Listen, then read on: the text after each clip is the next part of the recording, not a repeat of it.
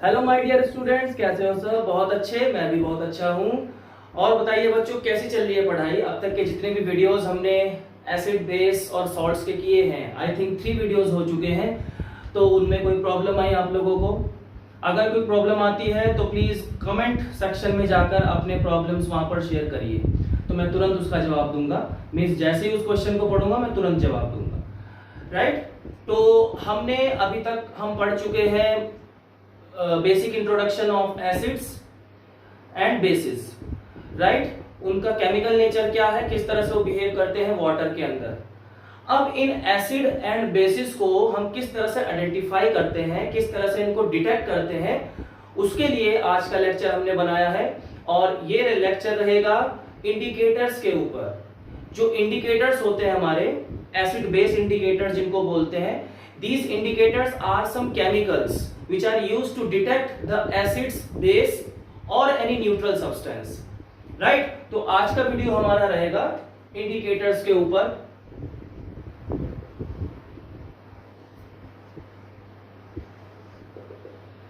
सी students, indicator मतलब जैसे नाम से ही पता चलता है कि कुछ इंडिकेट कर रहा है। ये क्या इंडिकेट करता है? ये इंडिकेट करता है कि ये जो पर्टिकुलर सब्सटेंस है ये एसिड है या बेस है या फिर न्यूट्रल सब्सटेंस है। ओके, तो जो हमारे जो इंडिकेटर्स होते हैं ये कुछ ऐसे सब्सटेंसेस होते हैं जिनको हम या तो नेचुरल सोर्स से डिराइव करते हैं या फिर आर्टिफिशियली इनको हम लेबोरेटरीज में बनाते हैं या इंडस्ट्रीज में बनाते हैं। तो indicators are of two types. पहले हम इंडिकेटर्स की डेफिनेशन देख लेते हैं। इंडिकेटर्स की क्या डेफिनेशन है, ये क्या है? These are the substances that are used to detect acid or base, जो एसिड और बेस को डिटेक्ट करने में हेल्प करता है, that is called indicator. Okay, now indicators are of two types. कौन कौन से होते हैं?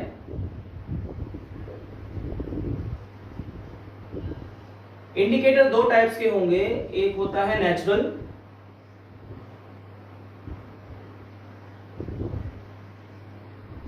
Natural indicator and next is man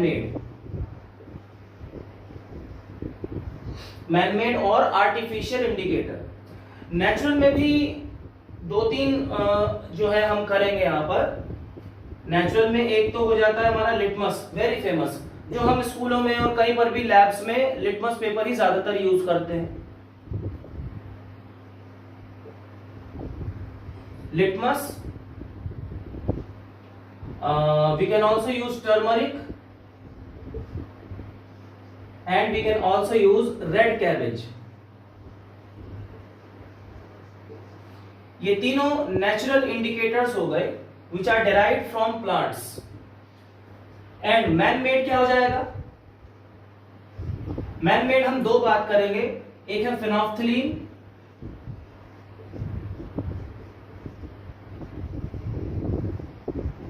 तो स्पेलिंग भी इतनी बड़ी है पूरा जगह घेर लिया, और दूसरा है मिथाइल ऑरेंज। देखो बच्चों ध्यान से, phenolphthalein and methyl orange.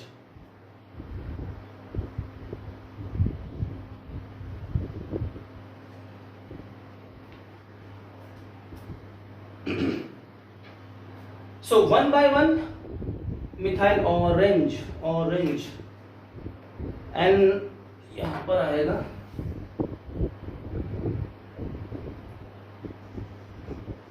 So one by one we will talk about these indicators. पहले हम नेचुरल इंडिकेटर्स की बात कर लेते हैं। सबसे पहले लिटमस की बात करेंगे क्योंकि litmus is most commonly used indicator.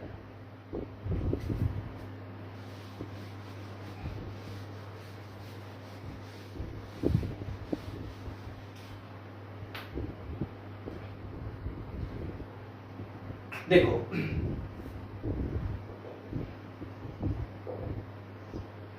what is litmus? Litmus is actually a plant product which is derived, which is obtained from a lichen plant. lichen कभी सुना है?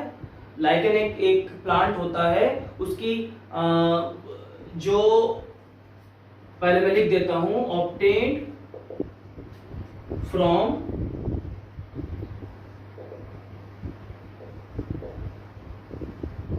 Lichen plants.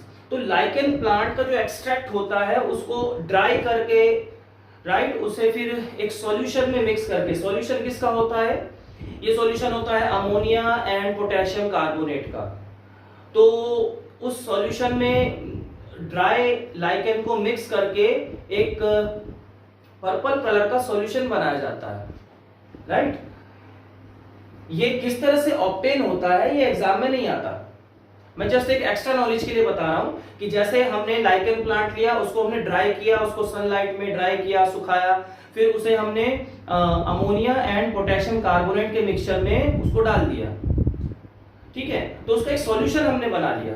तो सॉल्यूशन जो बनता है that is purple in colour, that is blue in colour, थोड़ा dark blue purple type का होता है। तो उस सॉल्यूशन में हम फिल्टर पेपर डिप करते हैं। फिल्टर पेपर सबने देखा होगा, फिल्टर पेपर डिप करते हैं। फिल्टर पेपर किस चीज का बना होता है? वो फिल्टर पेपर वो बना होता है सेल्यूलोज का। सेल्यूलोज नाम सुना है ना, तो सेल्यूलोज का वो फिल्टर पेपर जनरली बना होता है। तो उस पेपर को हम ऐसे डिप करेंगे, वो पेपर व्हाइट कलर का होता है ओरिजिनली। तो जब उसको हम डिप करेंगे उस ब्लू कलर के सॉल्यूशन में या पर्पल कलर के सॉल्यूशन में, तो वो पेपर कैसा बन जाएगा? वो भी ब्लू कलर का बन जाएगा। So our blue litmus is ready now. Actually ये जो लिटमस पेपर होता है ये दो कलर्स में अवेलेबल होता है, एक ब्लू कलर और एक रेड कलर। तो ब्लू कलर का लिटमस कैसे बनाया जाता है मैंने भी बताया, राइट। अब जो ब्लू कलर का लिटमस पेपर हमारा तैयार है उसमें हम 2-3 ड्रॉप्स या थोड़ा सा हम HCl एसिड डाल देते हैं, हाइड्रोक्लोरिक एसिड डाल देते हैं, तो ब्लू से फिर रेड में चेंज हो जाएगा। Now we are having red litmus paper. तो इस तरह से हम ब्लू या रेड लिटमस पेपर बना सकते हैं।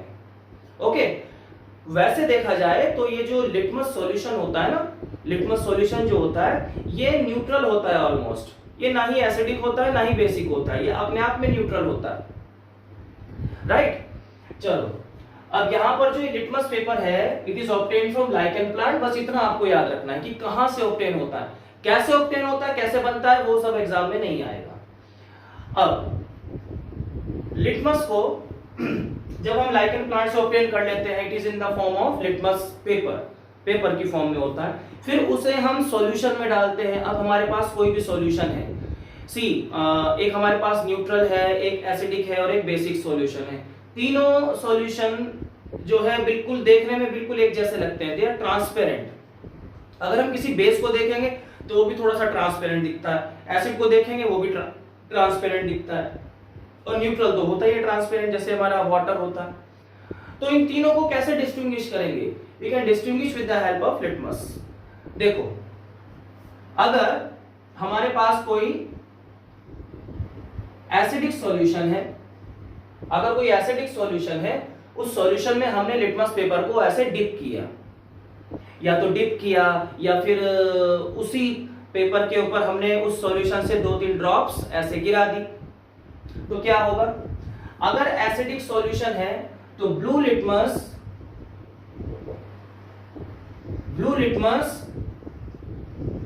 रेड में चेंज हो जाएगा। If we are having basic solution, अगर बेसिक सॉल्यूशन है तो रेड लिटमस ब्लू में चेंज हो जाएगा।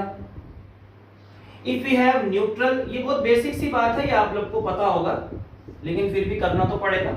अगर न्यूट्रल है तो कोई भी चेंज नहीं आता। अगर न्यूट्रल है तो कोई भी चेंज नहीं आएगा।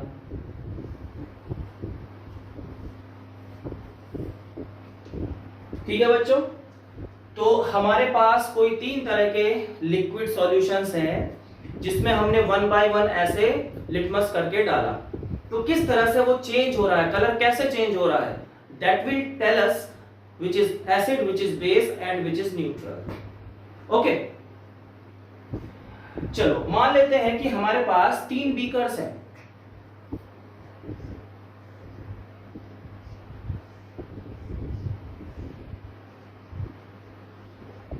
हमारे पास 3 बीकर्स हैं, beaker A, beaker B and C।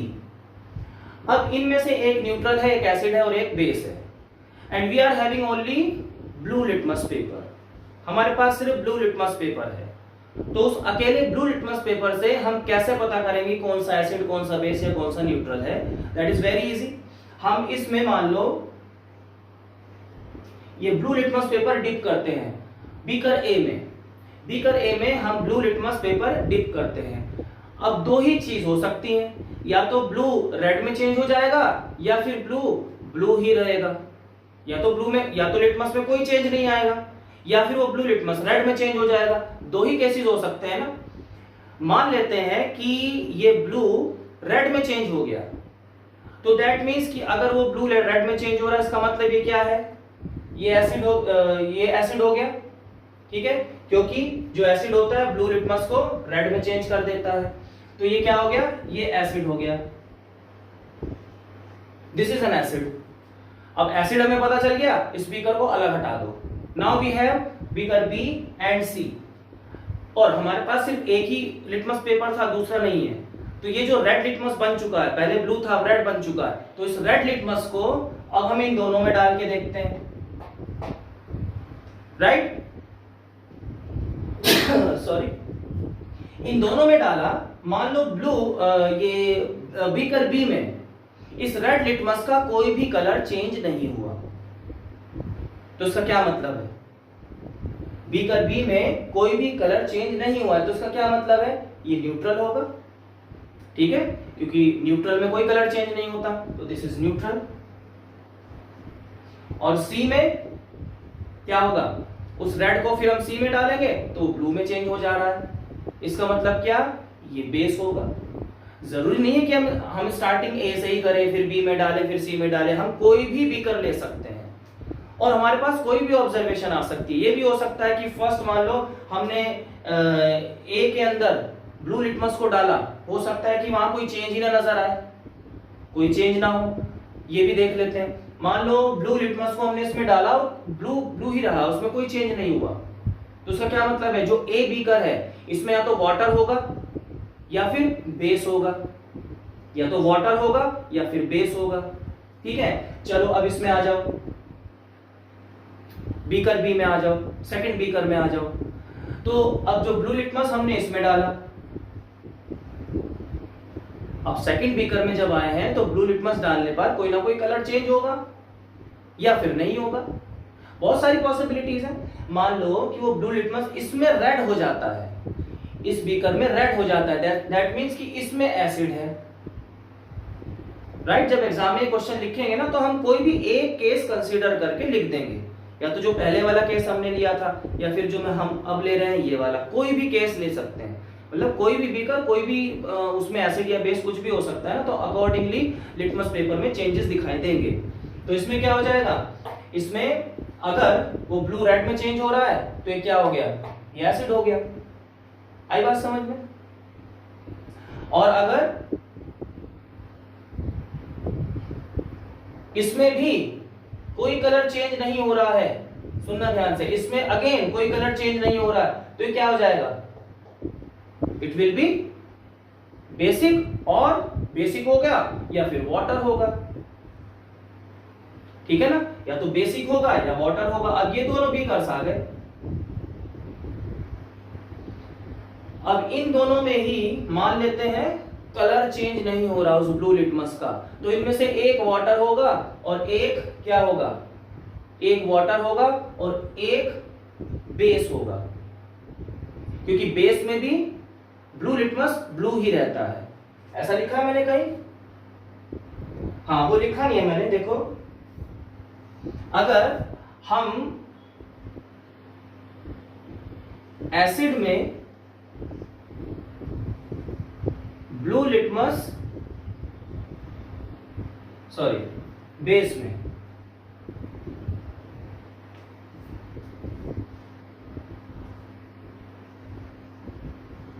में अगर ब्लू लिटमस डालते हैं तो ब्लू ही रहता है, कोई चेंज नहीं आता। एसिड में अगर रेड लिटमस डालते हैं तो वो रेड ही रहता है, कोई चेंज नहीं आता।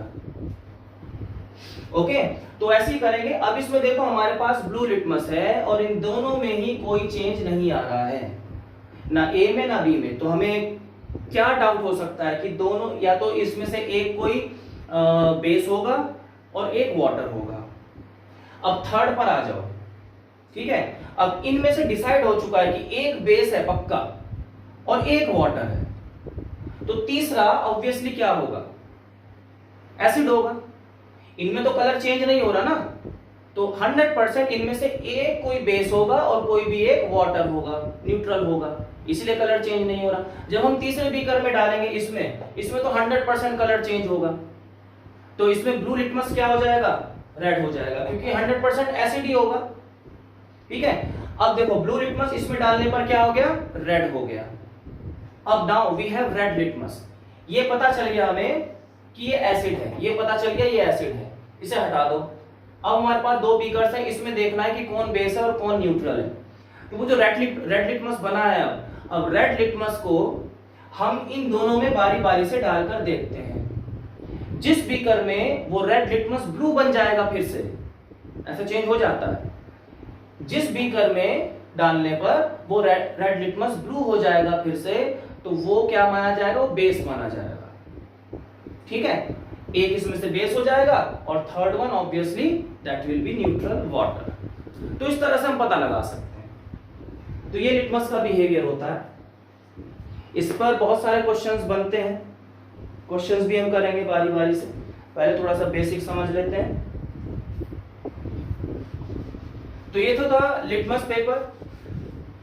उसके अलावा जो और नेचुरल चीजें हैं और नेचुरल इंडिकेटर्स हैं,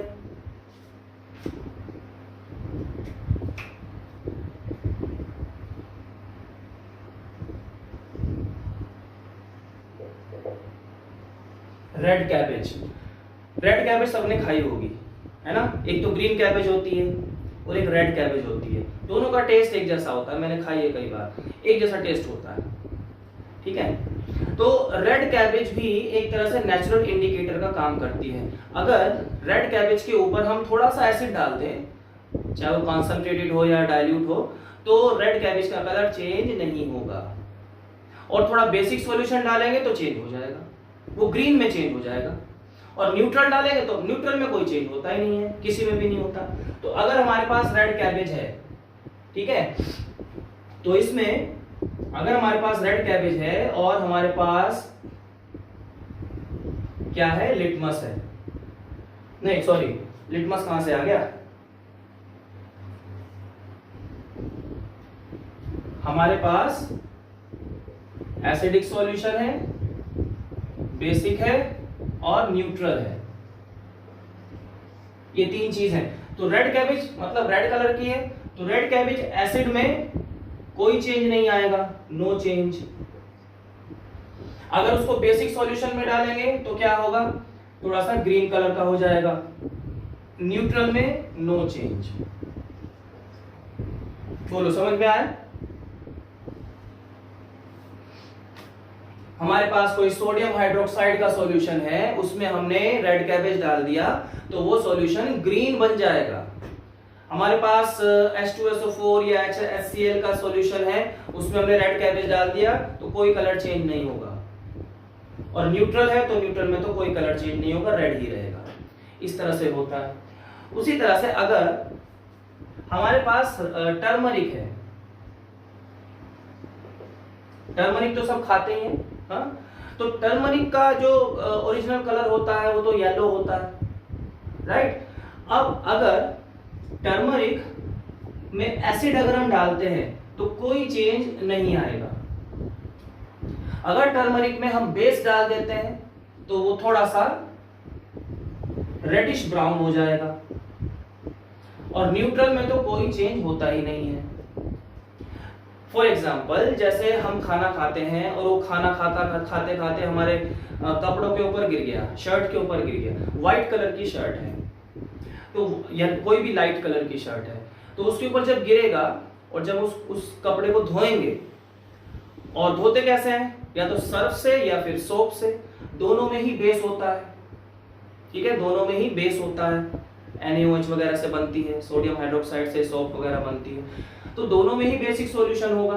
पानी से के साथ हम उस सोप को मिलाएंगे तो एक बेसिक सॉल्यूशन बन जाएगा। बेसिक सॉल्यूशन जब उस वेजिटेबल या जो भी दाग लगा है, जो भी हमने खाया है दाल सब्जी, उसमें टर्मरिक तो होगा। तो जैसे ही वो बेसिक सॉल्यूशन उस दाग, उस स्टेन के कांटेक्ट में आएगा, वो पानी उस स्टेन के कांटेक्ट में आएगा, उसमें क्योंकि बेस है, और उस वेजिटेबल में क्या था, उसमें टर्मरिक था। तो टर्मरिक और बेस जब आपस में कांटेक्ट में आएंगे, that will turn reddish brown, वो थोड़ा सा लाल कलर का हो जाता है, रेड कलर का हो जाता है। कभी देखना, नोटिस करना, ये तो बड़ी कॉमन सी चीज है, ठीक है। तो उसे हम जैसे ही उसको धोएंगे तो we will see red colour. तो स्टार्टिंग में तो बहुत ही डार्क येलो कलर का था, जैसे हल्दी का दाग होता है, तो बहुत डार्क येलो कलर का था। जब उसको हमने बेसिक सॉल्यूशन से धोया, सोप सॉल्यूशन से धोया, तो वो रेड में चेंज हो गया, रेड ब्राउन कलर का हो गया। तो वही मैंने लिखा है कि जब बेसिक सॉल्यूशन डालते हैं टर्मरिक में, it will turn reddish brown. तो ये उसकी पहचान है कि जो सोप सॉल्यूशन है वो बेसिक है। कोई एसिड डालेंगे उस शर्ट के ऊपर, मान लो डाइल्यूट HCl डाल दिया, डाइल्यूट करके, ऐसे मत डाल देना। तो डाइल्यूट करके डाला तो there will be no change, वो जैसा था वैसा ही रहेगा। कोई न्यूट्रल है तो न्यूट्रल में तो कोई चेंज होगा ही नहीं। तो ये इस तरह से हमारे नेचुरल इंडिकेटर्स होते हैं, जिसकी मदद से हम ये जान सकते हैं कि कौन एसिड, कौन बेस और कौन न्यूट्रल होता है, राइट। चलो आगे चले। उसके बाद हम बात करते हैं आर्टिफिशियल इंडिकेटर्स की। अच्छा, किसी के मन में एक क्वेश्चन आता है कि कलर कैसे चेंज हो जाता है, कोई जादू मंत्र है क्या, कलर क्यों चेंज हो जाता है? ये कोई जादू मंत्र नहीं है, ये केमिकल रिएक्शन होती है। जैसे ब्लू लिटमस के ऊपर हमने थोड़ा सा एसिड डाल दिया, तो वो एसिड उस ब्लू लिटमस के साथ क्या करेगा, रिएक्शन करेगा। क्योंकि अभी स्टार्टिंग में मैंने बताया था कि लिटमस कैसे प्रिपेयर होता है, उसमें बहुत सारे केमिकल्स डलते हैं। उसमें मैंने बताया था कि उसमें पोटेशियम कार्बोनेट भी होगा, थोड़ा सा अमोनिया भी होगा, थोड़ा सा सेल्यूलोज भी डलेगा, मिक्सचर होता है वो बहुत सारी चीजों का। तो ऊपर से हमने उसमें एसिड डाला, HCl या H2SO4 जो भी है, हमने एसिड डाला, और उसके अंदर जो पहले से मिक्सचर में था वो अमोनिया वगैरह, ये सब आपस में रिएक्ट करते हैं, रिएक्ट करके कलर चेंज हो जाता है। तो केमिकल रिएक्शन की वजह से ये कलर चेंज आता है। Okay, right. अब हम करते हैं आर्टिफिशियल इंडिकेटर्स की बात। तो आर्टिफिशियल इंडिकेटर्स, पहला है, ये स्पेलिंग बड़ी कंफ्यूजिंग सी होती है इसकी, फिनोल्फथलीन,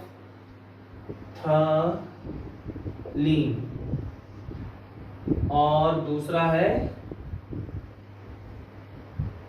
मिथाइल ऑरेंज। तो स्टूडेंट्स, ये जो आर्टिफिशियल इंडिकेटर्स हैं, ये हम यहाँ दो टाइप के आर्टिफिशियल की बात करेंगे, एक फिनोल्फथलीन है और एक मिथाइल ऑरेंज है। देखो, इनका प्रिपरेशन कैसे होता है, ये किस तरह से ऑब्टेन किए जाते हैं, ये एग्जाम में नहीं पूछते, लेकिन फिर भी मैं थोड़ा सा एक्स्ट्रा बता देता हूँ। फिनोल्फथलीन एंड मिथाइल ऑरेंज ये लेबोरेटरी में हम बना सकते हैं, इंडस्ट्रीज में हम बना सकते हैं बाय डिसॉल्विंग देयर पाउडर। ये एक्चुअली ओरिजिनली पाउडर फॉर्म में होते हैं, और फिर इनको हम अल्कोहल और वाटर के सॉल्यूशन में डालते हैं, तो फिर ये सॉल्यूशन फॉर्म में आ जाता है, लिक्विड फॉर्म में बन जाते हैं, राइट। अब फिनोल्फथलीन का पाउडर जब हम अल्कोहल और वाटर में डालेंगे, रिएक्शन कराएंगे, तब ये कलरलेस लिक्विड बन जाता है। उसी तरह से ये मिथाइल ऑरेंज है, मिथाइल ऑरेंज एक ऑरेंज कलर का पाउडर होता है, उसे हम अल्कोहल वाटर के मिक्सचर में डालेंगे तो वो एक ऑरेंज कलर का लिक्विड बन जाएगा। ओके, अब एसिड और बेस में किस तरह से बिहेव करते हैं, वेरी सिंपल। कोई एसिडिक सॉल्यूशन है तो ये कलरलेस ही रहेगा, there will be no change. कोई बेसिक सॉल्यूशन है तो ये पिंक कलर में चेंज हो जाएगा। सपोज मान लो हमने कोई सोडियम हाइड्रोक्साइड या हमने लाइम वाटर या हमने सॉफ्ट सॉल्यूशन लिया और उसमें हमने फिनोल्फथलीन डाल दिया, तो इट विल टर्न पिंक। पहले कलरलेस था, अब वो पिंक कलर का हो जाएगा। न्यूट्रल में कोई कलर नहीं है, कलरलेस। फिर आता है एसिडिक, फिर आता है मिथाइल ऑरेंज। ये जो ऑरेंज कलर का लिक्विड है, अगर इस ऑरेंज कलर के लिक्विड में हम कोई एसिड, कोई भी एसिड 2-4 बूंदे ड्रॉपर से एसिड ड्रॉप करते हैं तो इट विल टर्न रेड। तो एसिडिक सॉल्यूशन में ये रेड हो जाएगा, बेसिक सॉल्यूशन में ये येलो हो जाएगा और न्यूट्रल में ये कोई चेंज नहीं होगा, it will remain orange colour. बोलो, कुछ कहानी समझ में आई? ठीक है, तो ये आर्टिफिशियल इंडिकेटर्स हैं। किस तरह से इनका कलर चेंज होता है, क्यों होता है, वो शायद मैंने बता दिया। केमिकल रिएक्शंस होती है। फिनोल्फथालीन में जैसे ही हम ये बेसिक सॉल्यूशन डालते हैं तो आयंस में टूट जाता है, आयंस में स्प्लिट होता है, अलग अलग आयंस हो जाते हैं, तो इसलिए वो पिंक कलर में चेंज हो जाता है, केमिकल रिएक्शन होती है। ठीक है, और अगर हम एसिड या न्यूट्रल सॉल्यूशन डालते हैं तो कोई इस तरह से इतना कोई बड़ा रिएक्शन नहीं होता, इसलिए वो कलरलेस ही रहता है। तो ये है इसमें। और नेक्स्ट है हमारा ऑल्फैक्टरी इंडिकेटर्स।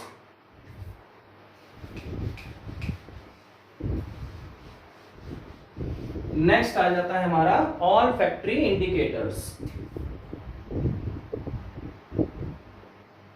ऑल्फैक्टरी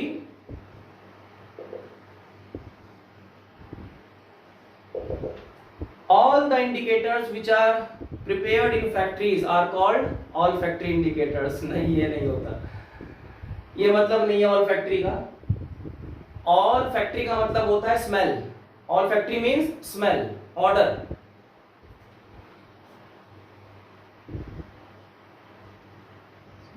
olfactory मतलब होता है smell, मीन्स हमारे पास कुछ ऐसे सब्सटेंसेस होते हैं जो अपनी कैरेक्टरिस्टिक स्मेल को चेंज कर देते हैं व्हेन वी ऐड एसिड और बेस टू इट।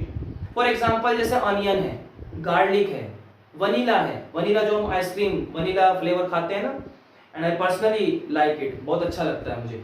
तो वनीला का जो फ्लेवर है या जो उसका स्मेल है वो चेंज हो जाएगा। अनियन और जो गार्लिक का जो स्मेल है वो चेंज हो जाएगा। एक क्लोव ऑयल होता है, क्लोव ऑयल, क्लोव मतलब जो लौंग खाते हैं ना, लौंग जो होता है उसका तेल होता है, उसका ऑयल होता है, उसकी भी अपनी एक स्मेल होती है। तो ऐसे कुछ सब्सटेंसेस हैं जो एसिड और बेस के प्रेजेंस में अपनी स्मेल को चेंज कर देते हैं, और एक्चुअली चेंज नहीं करते, उनकी स्मेल जो है ना लूज हो जाती है, खत्म हो जाती है, देयर स्मेल इज लॉस्ट, खत्म। आओ देखते हैं एग्जांपल क्या है। ऑल्फैक्टरी इंडिकेटर्स की डेफिनेशंस क्या होगी, देखो। indicators that change their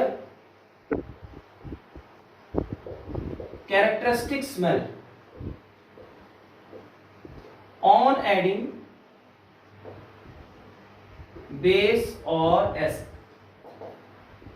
characteristic smell का मतलब क्या है, एक खास स्मेल होती है। अनियन की एक अपनी यूनिक स्मेल होती है, गार्लिक की, वनीला की, क्लोव की अपनी यूनिक स्मेल्स होती है, उसी को हम बोलते हैं कैरेक्टरिस्टिक स्मेल, जिससे कि उनकी पहचान होती है। ठीक है, तो अपनी ये कैरेक्टरिस्टिक स्मेल को लूज कर देते हैं या चेंज कर देते हैं। एग्जांपल देखते हैं क्या होता है। जैसे पहला अनियन है या फिर गार्लिक है, तो अनियन एंड गार्लिक में जब हम बेसिक सॉल्यूशन डालते हैं, जब बेसिक सॉल्यूशन डालेंगे तो स्मेल इज लॉस्ट, स्मेल चली जाएगी, खत्म हो जाएगी। जब एसिड डालेंगे, कोई एसिडिक सॉल्यूशन डालेंगे, नो चेंज। ऐसा घर में कर सकते हो, ठीक है। अनियन और गार्लिक तो सब खाते ही है ना, तो ये हम अपने घरों में भी कर सकते हैं। और न्यूट्रल में तो कोई चेंज होता ही नहीं है भाई, न्यूट्रल तो न्यूट्रल ही है। तो किसी अनियन के हम पीसेस ले लेते हैं और उनको हम ऐसे क्लॉथ में ऐसे बांध देते हैं, और उसमें थोड़ा सा हम कोई बेसिक सॉल्यूशन डालते हैं, सोडियम हाइड्रोक्साइड का जो क्या बोलते हैं डाइल्यूट सॉल्यूशन है वो डाल देते हैं, तो कोई भी बेसिक सॉल्यूशन डाल देते हैं, तो उसकी जो कैरेक्टरिस्टिक स्मेल है थोड़े टाइम के बाद हम देखेंगे वो खत्म हो गई, वो बहुत कम हो गई या खत्म हो गई, राइट। कोई एसिड डालेंगे तो एसिड में स्मेल में कोई चेंज नहीं आएगा, बहुत ज्यादा आएगा तो लेकिन बहुत ही कम आएगा, नेग्लिजिबल, बहुत ज्यादा चेंज नहीं आएगा। लेकिन बेसिक में बहुत ज्यादा चेंज हो जाएगा। चेंज होने का मतलब ये नहीं है कि कोई और स्मेल आने लगेगी, चेंज होने का मतलब है कि उसकी स्मेल ही खत्म हो जाएगी ऑन एडिंग बेस। न्यूट्रल में कोई चेंज नहीं आता। उसी तरह से और ले सकते हैं, जैसे वनीला है, I personally love this flavour vanilla ice cream बहुत अच्छी लगती है। तो वनीला में क्या होता है, सेम यही होता है, बेस में, एसिडिक में और न्यूट्रल में। बेसिक में वनीला की स्मेल लूज हो जाएगी, खत्म हो जाएगी, स्मेल जो है लॉस्ट, खत्म बेसिक सॉल्यूशन में। एसिडिक में कोई चेंज नहीं आएगा, एसिडिक में उसकी स्मेल में कोई चेंज नहीं आएगा, वो स्मेल एज इट इज बनी रहेगी। न्यूट्रल में कोई चेंज नहीं आएगा। बच्चों बात समझ में आ गई? तो ये हमारे कुछ ऑल्फैक्टरी इंडिकेटर्स हुए, हमने आर्टिफिशियल इंडिकेटर्स पढ़े, हमने नेचुरल इंडिकेटर्स पढ़े। अब जो इंडिकेटर वाला पार्ट है ये हमारा खत्म होता है। ओके, नेक्स्ट पार्ट हम पढ़ेंगे पीएच इंडिकेटर। इंडिकेटर से हमें यह पता चलता है कि वो एसिड है या बेस है, बस इतना पता चलता है। पीएच इंडिकेटर से हमें पता चलेगा कि कितना एसिडिक है, कितना बेसिक है, कितना स्ट्रॉन्ग एसिड है, कितना स्ट्रॉन्ग बेसिक है। वो डिटेल में हम नेक्स्ट वीडियो में बात करेंगे। तब तक के लिए इंतजार कीजिए। तब तक के लिए थैंक यू सो मच। पढ़ते रहिए और खुश रहिए। Thank you.